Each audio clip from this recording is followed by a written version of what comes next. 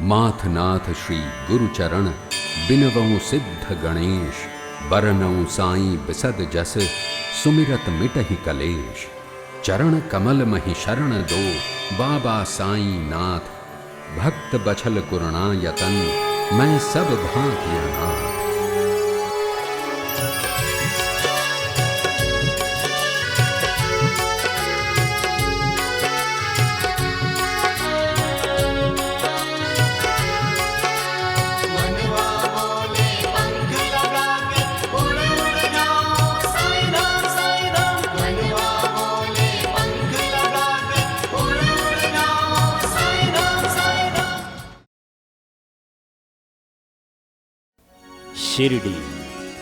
शिर्डी महाराष्ट्र राज्यातील अहमदनगर जिल्ह्यातील एक छोटंसं गाव, जे आज साऱ्या विश्वभरात प्रसिद्ध पावलं आहे। या तीर्थातून वाहत असलेली साई भक्तिरूपी गंगा केवळ भारतातच नव्हे तर संपूर्ण जगात अविरतपणे वाहत आहे।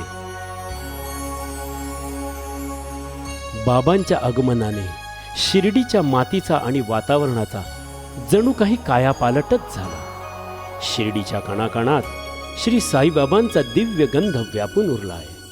ऊन, सावली, वारा, पाऊस, पशु पक्षी, झाडे झुडपे जणू काही बाबांच्याच नावाचा जप करत आहेत।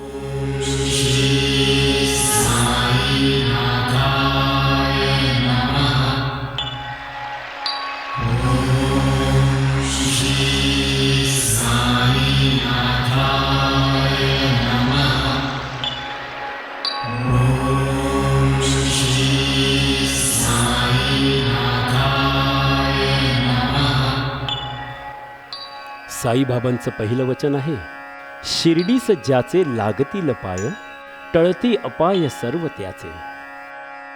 श्री साईबाबांच्या पावन पदस्पर्शाने शिर्डीच्या मातीत भक्तांचे दुःख निवारण करण्याची शक्ती निर्माण झाली आहे। धन्य ती शिर्डी, जिला श्री साईबाबांच्या प्रत्यक्ष सहवासाचा लाभ झाला। साईबाबा म्हणत असत, ठाकूरनाथाची डंकपुरी, विठ्ठलाची पंढरी, श्रीकृष्णाची द्वारका, सारं काही शिर्डीतच आहे। त्यासाठी इतरत्र भटकण्याची आवश्यकता नाही। बाबांनी आपले सर्वस्व शिर्डीस अर्पण केले। कर्म, योग, तप, ज्ञान, सारं काही हीच त्यांची कर्मभूमी आणि इथेच त्यांची संजीवन समाधी आहे।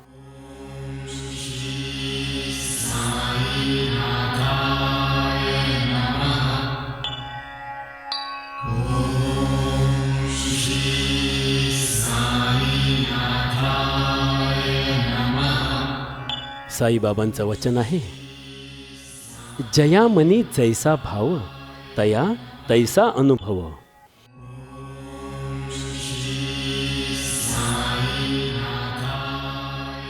कित्येक भक्तांनी साईबाबांच्या अलौकिक रूपाचे वर्णन शब्दबद्ध करण्याचा प्रयत्न केला।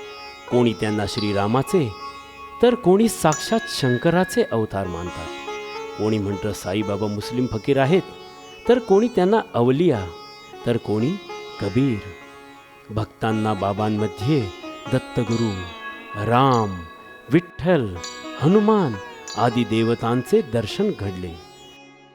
बाबा तर प्रत्यक्ष ओंकार स्वरूपच आहेत।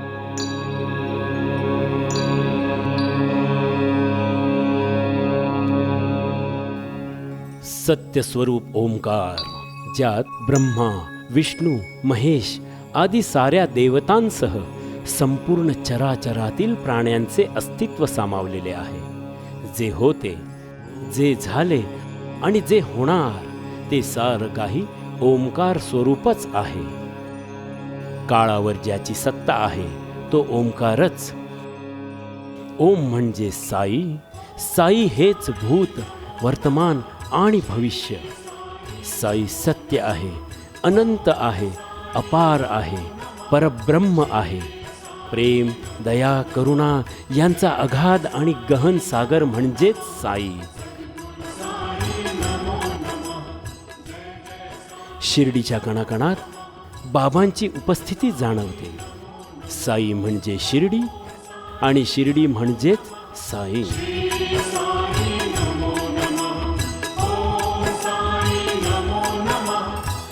सन 1854 श्री साईबाबांचे शिर्डी येथे प्रथम आगमन झाले. लिंबाच्या झाडाखाली एक 16 वर्षीय तेजस्वी युवक ध्यानमग्न अवस्थेत दिसून आला. दिवसरात्र ध्यान ध्यान आणि फक्त ध्यान. सदोदित ध्यानावस्थेत असणाऱ्या या युवकाबद्दल समस्त शिर्डीवासियांमध्ये उत्सुकता वाढीस लागली होती. आणि एक दिवस एका भक्ताच्या शरीरात खंडोबाचा संचार झाला. त्यावेळी तेथे उपस्थित गावकऱ्यांनी या तेजस्वी बालकाविषयी विचारपूस केली. खंडेरायानं उत्तर देण्याऐवजी लिंबाखाली खोदण्यास सांगितलं. आणि काय आश्चर्य, खोदल्यानंतर तेथे एक पाट, गोमुखी, जपमाळ, काही ताजी फुले आणि 4 समया तेवत असलेल्या आढळल्या. जणू काही नुकतीच पूजा आटोपलेली आहे. तरुण योग्यानं सांगितलं, हे माझ्या गुरूंचं वतन आहे. माझा अमूल्य ठेवा आहे. तो पूर्वीप्रमाणेच बंद करून ठेवा. इथं जो भक्त श्रद्धापूर्वक गुरुवारी आणि शुक्रवारी ऊद जाळेल त्याच्या सर्व दुःखांचे निवारण होईल. साई भक्तांना येथे ऊद जाळणं सहज सुंदर भावपूर्ण व्हावं ह्यासाठी श्री साईबाबा संस्थानमार्फत येथे धूपपात्राची व्यवस्था केली गेली आहे. साईबाबांनी सद्गुरूंना देवाच्याही वरचे स्थान प्रदान केलेले आहे. बाबा सद्गुरूंना संपूर्णतया समर्पित होते. गुरुपेक्षा कोणतीही शक्ती श्रेष्ठ नाही. जिथं पुस्तकी ज्ञान सर्वोच्च असं ब्रह्मज्ञान प्राप्तीसाठी असमर्थ ठरतं, तेथं गुरु हाच एकमेव आधार व गुरुकृपा हेच एकमेव साधन. गुरुकृपा प्राप्तीनंतर कोणत्याही साधनाची आवश्यकता उरत नाही. गुरुस्थानात स्थापित केलेल्या या तस्वीरीत कित्येक भक्तांना आपल्या इष्टदेवतांचा, साईबाबांचा साक्षात्कार झालेला आहे. बाबांनी परमभक्त मेघाला शिवलिंग दिले होते आणि त्यावर त्रिशूळ स्थापन करण्याची आज्ञा केली होती. मेघासाठी साईबाबाच शिवशंकर होते.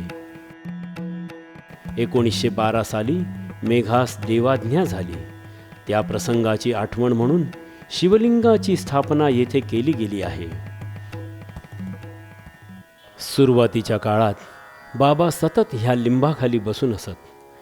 बाबांच्या शिरावर छत्रासारखी सावली धरून आणि बाबांच्या आध्यात्मिक प्रभावाने या झाडांच्या पानांनी सुद्धा आपला कडवटपणा त्यागला आहे आणि मधुरता आत्मसात केली आहे. 3 वर्षे शिर्डीत राहून बाबा अचानक अंतर्धान पावले आणि काही वर्ष अज्ञातवासात राहून धूपखेड्याचा पाटील चांदभाई याच्यासोबत पुनश्च आपल्या कर्मभूमीत म्हणजेच शिर्डीत परतले. श्री साईंचे पुनरागमन ह्याच खंडोबा मंदिराशी जोडले गेले आहे. हे शिर्डी गावचे कुलदैवत, बाबांचे परमभक्त म्हाळसापती हे या मंदिराचे पुजारी. खंडोबा हे शंकराचे अवतार मानले जातात. त्यांच्यासोबत म्हाळसा आणि बाणाई यांची देखील प्राणप्रतिष्ठा केलेली आहे.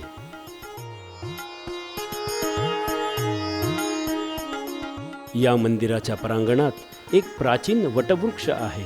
अशा या भावपूर्ण प्रसन्न वातावरणात चांद पाटील यांच्या पत्नीच्या भाच्याच्या लग्नाची वरात येऊन थांबली.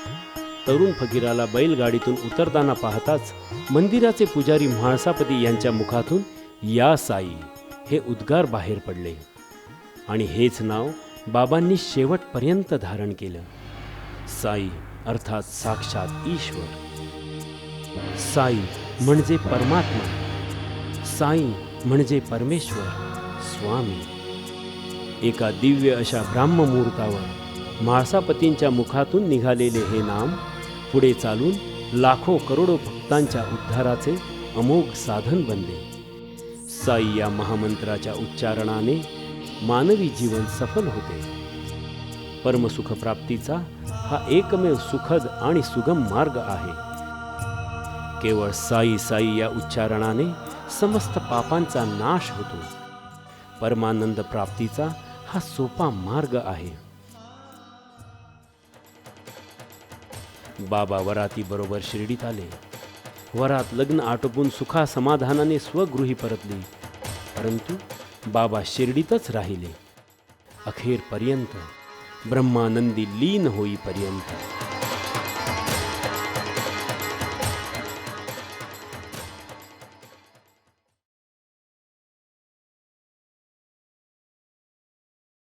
ज्यांच्या केवळ कृपा कटाक्षात रंकास राव बनवण्याचे अतर्क्य सामर्थ्य होते, त्या ब्रह्मांड नायकानं एका जीर्ण अशा पडक्या मशिदीला आपलं निवासस्थान बनवलं. बाबा आपल्या ह्या कर्मभूमीला द्वारकामाई असे संबोधत. भगवान श्रीकृष्णाची द्वारका.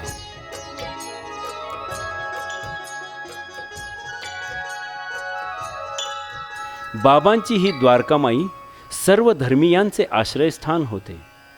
बाबा म्हणत, ही आपल्या सर्वांची द्वारकामाई आहे. ही आपल्या लेकरांच्या सकल दुःखांचे आणि कष्टांचे निवारण करते. ही मशीदमाई खूप दयाळू आहे. आपल्या भक्तांची ती माय आहे. मनपूर्वक हाक मारणाऱ्यांचे ती रक्षण करते, त्यांची काळजी घेते. द्वारकामाईत ये जा करण्यासाठी या 3 पायऱ्यांचा वापर केला जातो. बाबा म्हणत, जो या पायऱ्या चढून मशिदीत येईल त्याच्या सर्व दुःखांचं पूर्णतः निवारण होईल.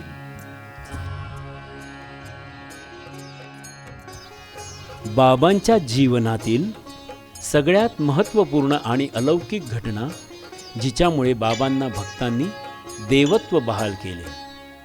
1886 मध्ये या द्वारकामाईमध्ये बाबांनी म्हाळसापतींना आज्ञा केली, 3 दिवस माझ्या शरीराचे रक्षण कर. मी परमपित्याला भेटण्यासाठी जात आहे. जर मी परत नाही आलो तर पवित्र लिंबाखाली माझी समाधी निर्माण करा आणि 2 निशाणं त्यावर लावा. म्हाळसापतींनी 3 दिवस बाबांचा देह आपल्या मांडीवर घेऊन त्याचे रक्षण केले. गावकरी आणि सरकारी अधिकाऱ्यांनी शरीराची तपासणी करून बाबांना समाधी देण्यासाठी दबाव आणला. परंतु म्हाळसापतींनी अन्य भक्तांच्या साथीने सर्वांना विरोध करून बाबांच्या देहाचे प्राणपणाने रक्षण केले. बरोबर 3 दिवसांनी बाबांनी आपले डोळे उघडले. बाबांनी म्हाळसापतींच्या हातून एक ऐतिहासिक कार्य घडवून घेतले आणि सेवा करण्याची अमूल्य संधी मिळवून दिली. त्यानंतर निरंतर 32 वर्षे द्वारकामाईत राहून बाबांनी भक्त कल्याणाचे कार्य केले. ओम द्वारकामाई विद्महे साईनाथाय धूमि प्रज्वलिताय धीमहि तन्नो उदी प्रचोदयात्. जवळपास 160 वर्षांपूर्वी बाबांनी प्रज्वलित केलेली ही धुनी आज पावेतो निरंतर जळत आहे. नाथपंथीय परंपरेनुसार बाबांनी या धुनीला दिवस रात्र प्रज्वलित ठेवलं. या धुनीत बाबा भक्तांच्या दुःख कष्ट विकारांची आहुती अल्लाह मालिकच्या गजरात देत असत. शिर्डीतून परतणाऱ्या प्रत्येक भक्ताला बाबा याच धुनीतील उदी आशीर्वाद स्वरूप देत असत. या उदीद्वारे बाबांनी अनेक भक्तांच्या मानसिक आणि शारीरिक व्याधींचे निवारण केले. ही उदी भक्तांना संसाराची क्षणभंगुरता आणि परमार्थाची आवश्यकता याचा संदेश देते. ब्रह्म हेच परम सत्य हे समजावून सांगते. बाबांच्या द्वारे वितरित केली जाणारी ही उदी आजही तितकीच प्रभावशाली आहे आणि भक्तांना आजही तिचा प्रत्यय येत आहे. संपूर्ण श्रद्धा आणि समर्पित भाव या उदीचा प्रभाव अनेक पटींनी वाढवितो. बाबांची दिनचर्या या धुनीपासूनच सुरू होत असे. या पादुका धुनीच्या वायव्य कोपऱ्यात स्थापित केलेल्या आहेत, जिथे बाबा पहाटे 4 वाजण्याच्या सुमारास ध्यानस्थ बसत असत. त्यावेळी बाबा बहुधा एकटेच असत. अब्दुल माधव फासले शांतपणे द्वारकामाईची साफसफाई करत असत. दत्त परंपरेनुसार बाबा नियमितपणे 5 घरी भिक्षा मागत असत. सखाराम पाटील शेळके, वामनराव गोंदकर, बयाजी अप्पा कोते पाटील, बायजाबाई कोते पाटील आणि नंदराम मारवाडी. बाबा मिळालेल्या भिक्षेतला थोडासा भाग ग्रहण करत व उरलेलं या कोळंब्यात ठेवत असत. बाबा रोज स्वहस्ते विहिरीतून पाणी आणत आणि या माठात भरून ठेवत. भक्तगण तीर्थ समजून ते प्राशन करत असत. आजही भक्तगणांसाठी या माठातील पाणी तीर्थच आहे. हा निंबर मुस्लिम धर्माचं प्रतीक मानलं जातं. बाबांचं दुपारच्या भोजनासाठी बसण्याचं हे स्थान. दर दिवशी येथे पुष्पमाला अर्पण केली जाते.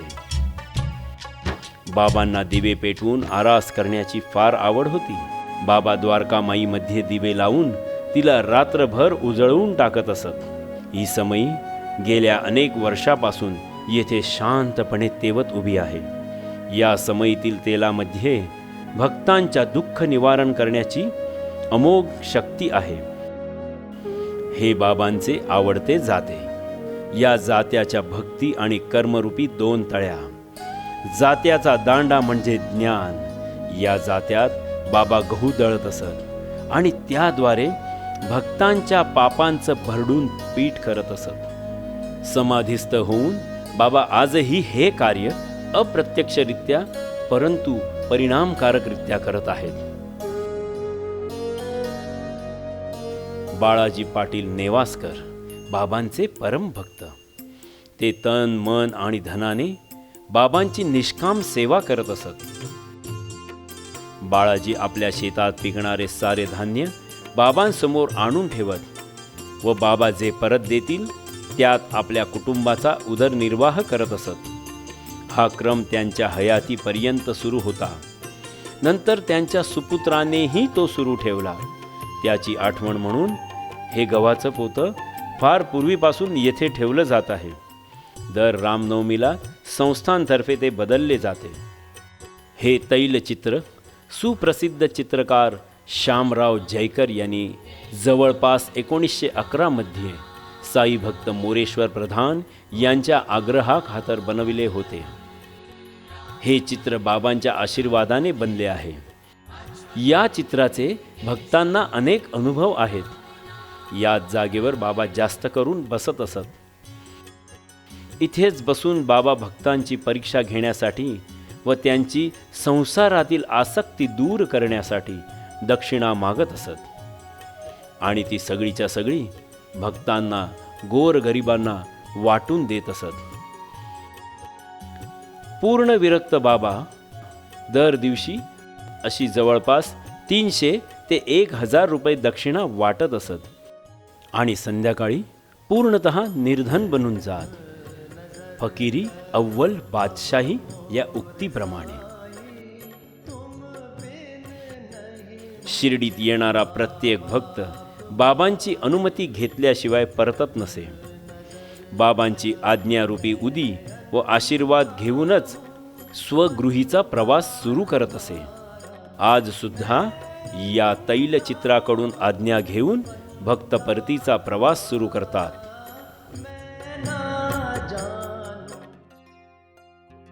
या लाकडी कठड्यावर आपला डावा हात ठेवून बाबा बसून एकटक धुनीकडे बघत असत. या कठड्याला एकचित्त होऊन स्पर्श केला असता पवित्र स्पंदनांची जाणीव होते आणि साक्षात बाबांची अनुभूती होते. या भिंतीवर हात ठेवून बाबा इथे उभे राहत आणि म्हणूनच या पादुकांची स्थापना येथे केली आहे. बाबांनी अन्नदानास फार महत्त्व दिले. बाबांच्या मनात इच्छा होईल तेव्हा बाबा या चुलीवर भक्तांसाठी भोजन तयार करत असत. कधी कधी टेकून उभे राहत याच खांबाला टेकून बाबा भोजन तयार करत असत. द्वारकामाईतून बाहेर जाताना आणि परत आत येताना बाबा या खांबास प्रदक्षिणा मारत असत. बाबांनी तात्यासाहेब नूलकरांना या खांबाची विधिवत पूजा करण्यास सांगितली. तो दिवस गुरुपौर्णिमेचा होता. तुळस भगवान श्रीकृष्णास अत्यंत प्रिय. तिच्या अस्तित्वाशिवाय द्वारकेस पूर्णत्व कसे येणार? श्रीकृष्णाची पूजा तुळशीशिवाय अपूर्णच आहे. ही तुळस बाबांनी स्वहस्ते लावलेली आहे. पंढरपूरच्या विठोबाच्या पायाखालील विटेला जे महत्त्व आहे, तसंच काहीसं महत्त्व साई भक्तांसाठी या दगडाला आहे. या दगडाचं भाग्य काही निराळच आहे. याच दगडावर साईबाबा बसत असत. भक्तांनी बाबांना या दगडावर विराजमान पाहिलं आणि ते त्यास सिंहासनासारखा मान देऊ लागले. बाबा म्हणत असत, समस्त प्राणीमात्रांमध्ये ईश्वराचं अस्तित्व असतं. बाबा पशु पक्षी जीव जंतूंवर अपार प्रेम करत असत. श्याम सुंदर घोड्याचे हे स्मारक याची साक्ष देत आहे. ही मूर्ती शिर्डी निवासी बाळासाहेब कुलथे यांनी अर्पण केलेली आहे. बाबा समाधिस्थ होण्याच्या 7 दिवस आधी 3 दरवेशी एका मरणासन्न वाघाला घेऊन द्वारकामाईत आले. बाबांनी वाघाला सद्गती प्रदान केली आणि त्या प्रसंगाची आठवण म्हणून ओझर गावच्या त्र्यंबकराव यांनी 1969 साली या मूर्तीची स्थापना केली. द्वारकामाईतील हे कासव आपणास असा संदेश देते की ज्याप्रमाणे मी बाबांकडे एकटक बघत आहे, तसेच आपणही बाबांकडे श्रद्धा आणि सबुरीपूर्वक बघायला हवे. बाबा म्हणत असत, जर तुम्ही माझ्याकडे अनन्य भावाने बघितलं तर मीही तुमच्याकडे कृपा कटाक्ष टाकेन. ज्याप्रमाणे कासवी केवळ दृष्टिक्षेपाने आपल्या पिल्लांचे भरण पोषण करते, त्याप्रमाणे मी माझ्या भक्तांच्या कल्याणाकरता सदैव तत्पर असतो. द्वारकामाईच्या प्रवेशद्वारावरील ही घंटा बाबांच्या आज्ञेनेच बांधली गेली आहे. रात्र 9:30 वाजता कंदील प्रज्वलित करून द्वारकामाईचे द्वार बंद केले जाते. परंतु भक्तगण अंगणात बसून ध्यान, जप, पारायण आदी साधना करू शकतात. स्कंद पुराणानुसार 4ही वर्णातील लोकांच्या धर्म, अर्थ, काम व मोक्ष या पुरुषार्थासाठी उपयुक्त असे जे स्थान असते, त्यास द्वारका असे संबोधले जाते. आणि बाबांची ही द्वारकामाई देखील अनेक वर्षापासून अव्याहतपणे हेच कार्य करत आहे.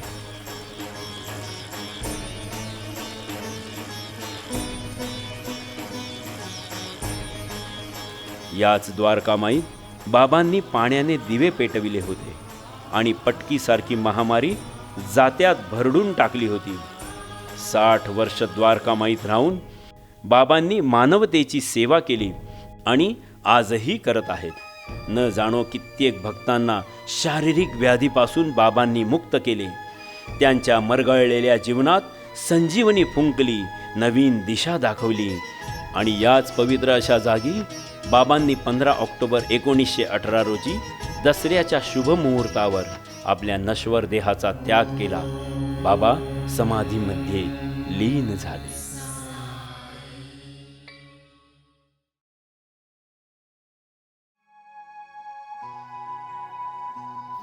ही शिर्डी गावाची चावडी. बाबा एक दिवसाआड रात्रव येथे निजावयास येत असत. 10 डिसेंबर 1910 पासून येथे नियमितपणे भक्तांनी बाबांचे पूजन अर्चन सुरू केले.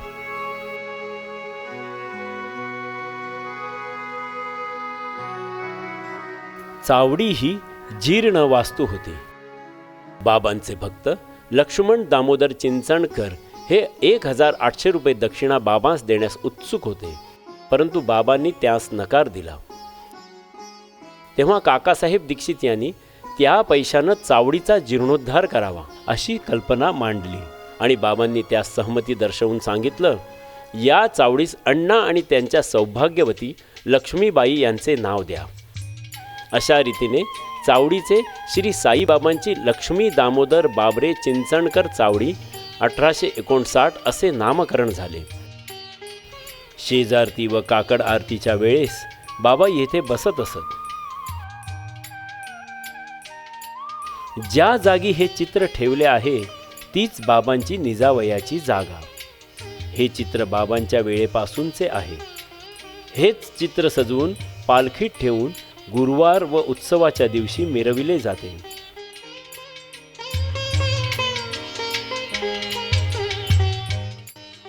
हा चावडीचा उजवा भाग स्त्रियांसाठी वर्जित आहे.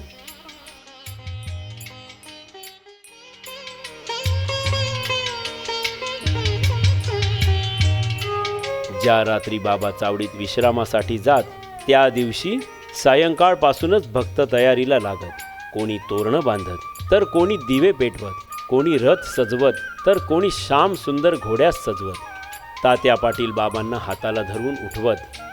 बाबा मात्र नेहमीप्रमाणे आपल्या जुन्या पुराण्या कफनीवर हातात चटका, चिलम आणि तंबाखू घेऊन तयार होत. तात्या पाटील बाबांच्या खांद्यावर भरजरी शेला ठेवत, भक्तगण चवऱ्या ढाळत, ढोल ताशांच्या गजरात बाबांना मशिदीतून चावडीत घेऊन येत. तात्या बाबांना आसनावर बसवत. हा अंगरखा त्यांना घालत असत. हार फुले वाहत पूजनानंतर चिलीम तयार करून तात्यांना दिली जात असे व तात्या चिलीम पेटवून बाबांच्या हातात देत असत. नंतर आरती होत असे. आज देखील दर गुरुवारी त्याच प्रकारे बाबांची पालखी निघते. बाबांची तस्वीर, पादुका व सटका पालखीत स्थापन करून साई नामाच्या घोषात पालखी द्वारकामाईतून चावडीकडे प्रस्थान करते. अतिशय मनमोहक असे हे दृश्य पाहून पालखीला स्पर्श करण्यासाठी भक्त दाटी करतात. असे वाटते की प्रत्यक्ष बाबाच पालखीत विराजमान आहेत. भक्तांचा अनुभव आहे की बाबा त्याच वेळी साक्षात दर्शन देतात.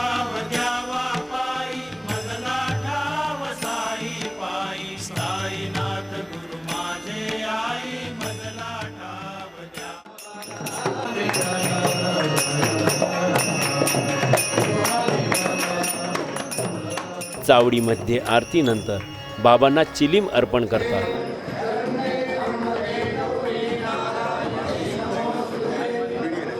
तदनंतर तस्वीर, पादुका व सटका समाधी मंदिरात परत आणतात.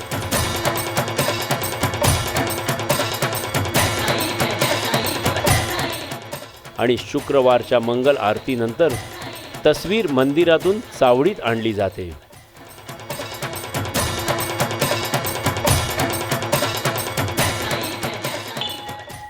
हे आहे दक्षिणमुखी हनुमान मंदिर. बाबा या मंदिरात देवीदास व जानकीदास यांच्यासोबत बराच वेळ घालवत असत. चावडीमध्ये जाताना बाबा या मंदिरासमोर थांबून अगम्य असे हातवारे करत व म्हणत, हा माझा भाऊ आहे.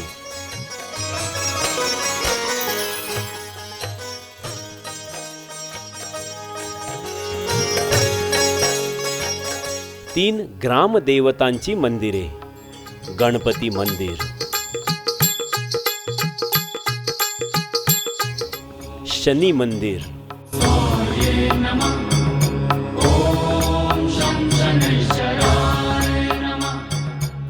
महादेव मंदिर.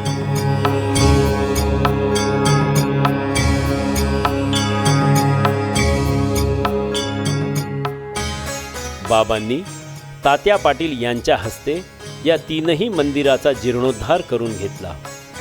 स्वहस्ते लावलेल्या बागेतील फुलं नियमितपणे बाबा या देवतांच्या पूजनासाठी पाठवत असत.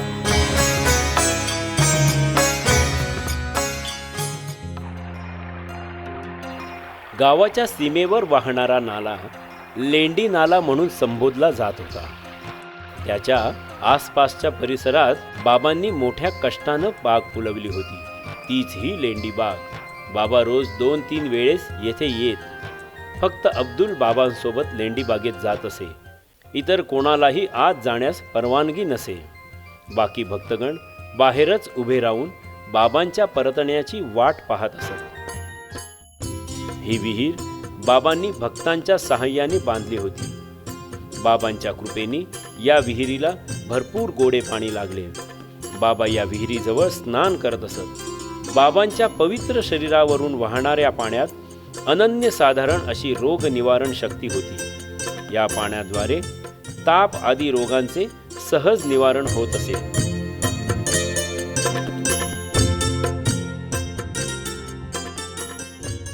बाबांच्या हस्ते लावला गेलेला हा दीपक आज तागायत जळत आहे. प्रथम हा दीपक एका चौकोनी खड्ड्यात होता. दगडी दिव्यातील ह्या अखंड ज्योतीच्या देखरेखीची जबाबदारी बाबांनी अब्दुलवर सोपवली होती. हा दीप म्हणजे ज्ञान प्रकाशाचे प्रतीक मानले जाते. साईबाबांच्या जीवन मार्गात या नंदादीपाचे फार महत्त्वपूर्ण स्थान आहे. बाबांनी वृक्ष संवर्धनाचे महत्त्व लोकांच्या मनात बिंबविण्यासाठी या नंदादीपा शेजारी कडुलिंबाचे व पिंपळाचे वृक्ष स्वहस्ते लावले. लिंबाला लक्ष्मीचे तर पिंपळाला भगवान श्रीकृष्णाचे रूप मानले गेले आहे.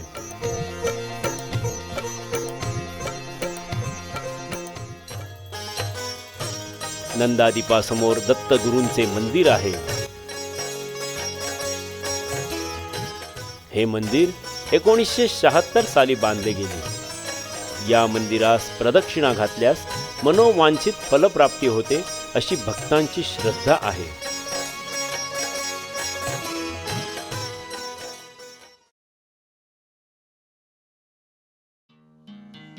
श्री साईंची परमभक्त राधाकृष्ण माई 1907 साली पंढरपुराहून शिर्डीस आली.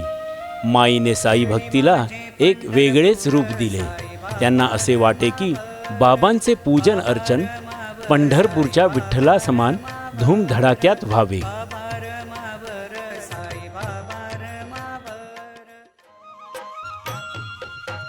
परंतु कुठलंही नवीन कार्य सुरू करण्याच्या आधी बाबांची परवानगी घ्यावी लागे आणि ते कर्मकठीण काम करताना माईंना खूप त्रास सहन करावा लागे.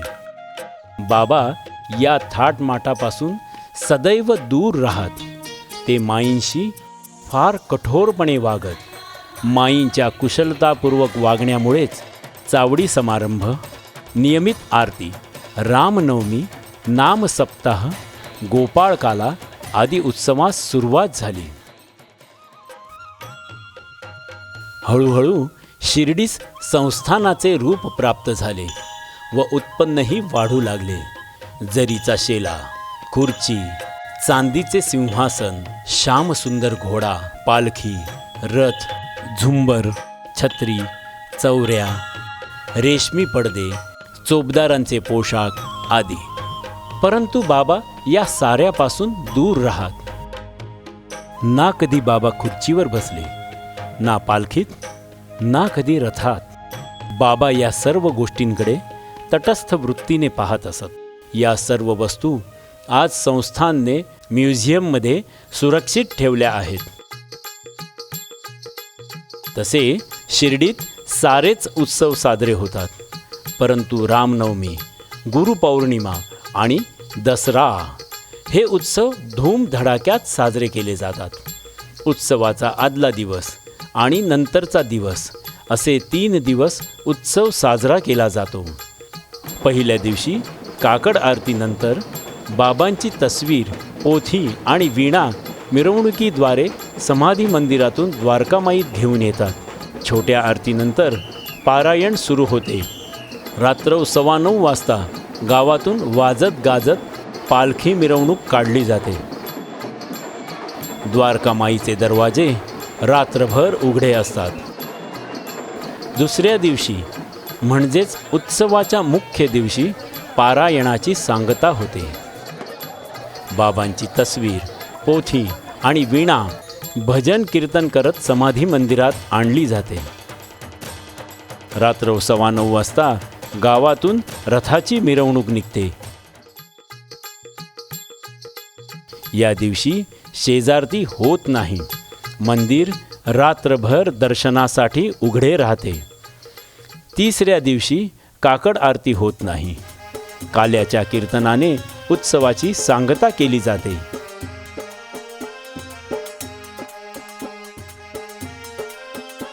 समाधी मंदिरात दहीहंडी फोडून सर्वांना प्रसाद वाटला जातो.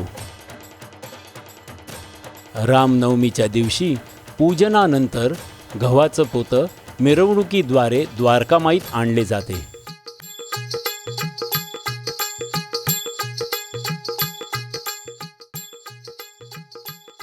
नवीन पोतं कपाटात ठेवून जुनं प्रसादालयात नेलं जाते. समाधी मंदिरात सकाळी 10:30 ते 12 राम जन्माचे कीर्तन होते. 4 वाजता द्वारकामाईवरील निशाण बदलण्याचा कार्यक्रम सुरू होतो.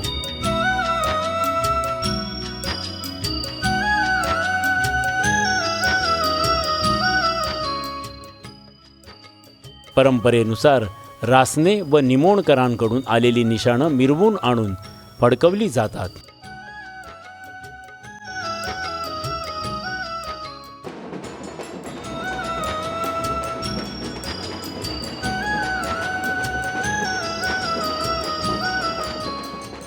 विजयादशमीच्या दिवशी सकाळी 9 वाजण्याच्या सुमारास भिक्षा झोळीचा कार्यक्रम होतो. बाबा 5 घरात भिक्षा मागत असत.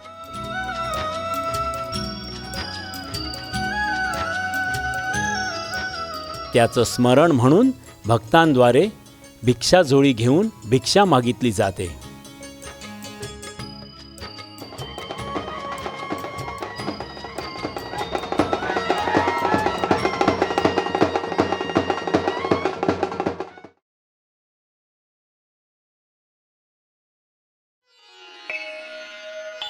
या परमपवित्र मंदिराच्या जागी प्रथम एक बाग होती.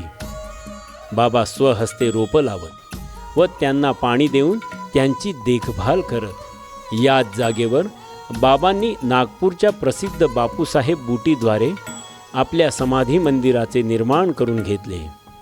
बापूसाहेब बुटींची बाबांवर अपार श्रद्धा होती. बाबांच्या सान्निध्यात कायमस्वरूपी राहण्याची त्यांची मनोकामना होती. त्यांनी थोडीशी जमीन खरेदी केली व तेथे छोटीशी इमारत बांधण्याचा त्यांचा मानस होता. पण त्यांच्या या विचारामागे सुद्धा बाबांची एक विचित्र लीला दडली होती. वाडा जवळपास पूर्ण होत आला आणि बाबा आजारी पडले. शेवटच्या क्षणीचे बाबांचे शब्द होते, मला बुटी वाड्यात घेऊन चला.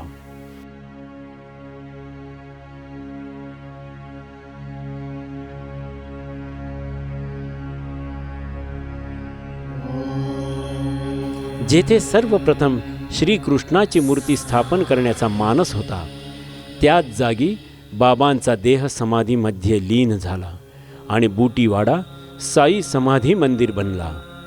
बाबांच्या महासमाधीनंतर बरोबर 34 वर्षांनी म्हणजेच 29 सप्टेंबर 1952 साली सकाळी 11 वाजता मंदिरावर सुवर्ण कळसाची व गोपुराची स्थापना केली गेली.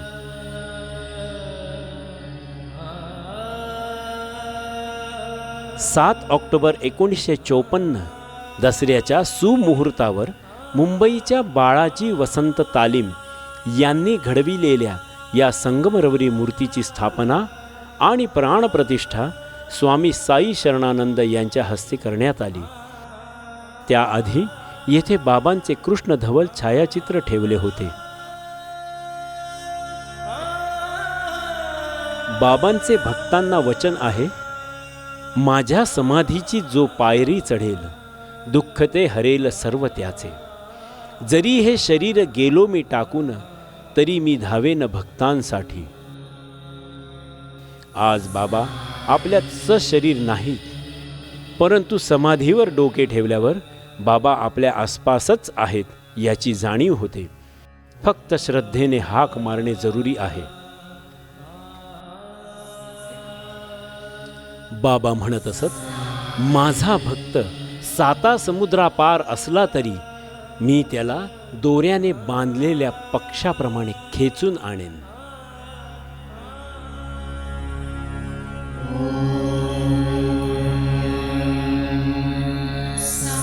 आजही बाबा आपल्या भक्तांना शिर्डीत खेचून आणत आहेत. दिवसेंदिवस बाबांच्या भक्तांची संख्या वाढतच आहे.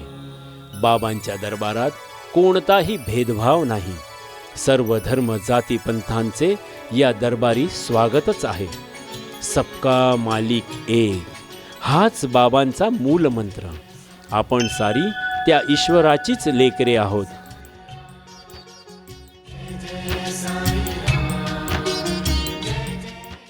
संत कबीराप्रमाणे बाबा अंधश्रद्धेच्या विरुद्ध होते.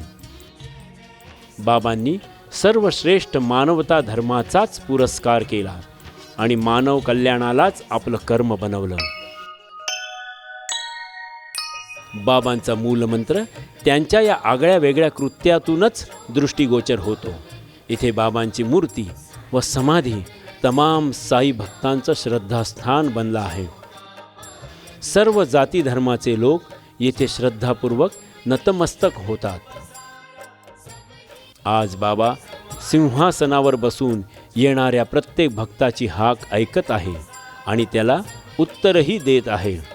गरज आहे ती फक्त श्रद्धा आणि सबुरीची. श्रद्धा आणि सबुरी हा मंत्र जीवनाच्या प्रत्येक कठीण समयाला सहाय्यक ठरतो. बाबा म्हणत, ईश्वर प्रेम स्वरूप आहे आणि त्याला प्राप्त करण्याचे साधन फक्त निर्वाज्य प्रेमच आहे. प्रत्येक प्राणीमात्रात ईश्वराचा वास असतो, म्हणून सर्व प्राणीमात्र ईश्वर स्वरूप आहेत.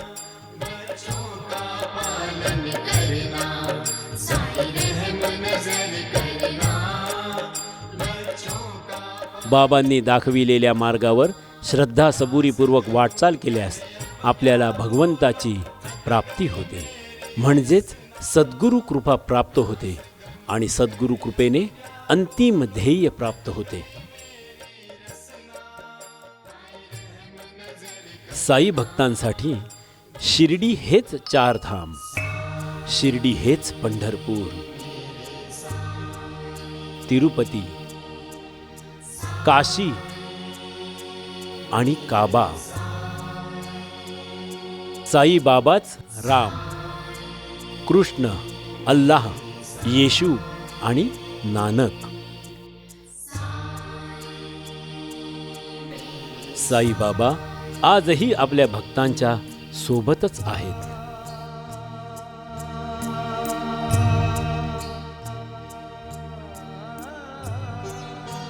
मूर्तीचे दर्शन घेता क्षणीच बाबांच्या अस्तित्वाची जाणीव होते आणि समाधीतून बाबांची अमृतवाणी ऐकू येते.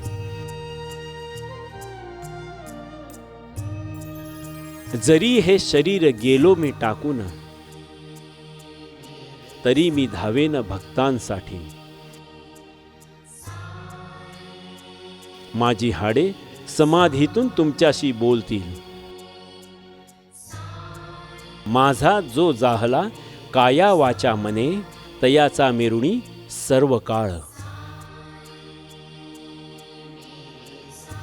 मी सदैव तुमच्यातच वास करून आहे.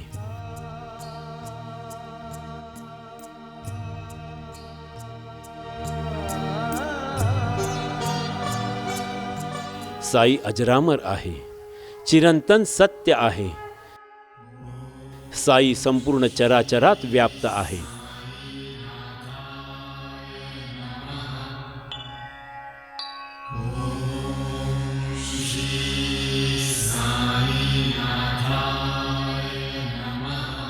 आधी बाबा शिर्डीत राहून लीला दाखवत होते आणि आता देश विदेशात मंदिराद्वारे आणि तस्वीरींद्वारे अनुभूतीचा प्रत्यय देत आहेत. जरी हे शरीर गेलो मी टाकून, तरी मी धावेन भक्तांसाठी. नवसास माझी पावेल समाधी, धरा दृढ बुद्धी माझ्या ठाई. तुमचा मी भार वाहीन सर्वथा, नव्हे हे अन्यथा वचन माझे.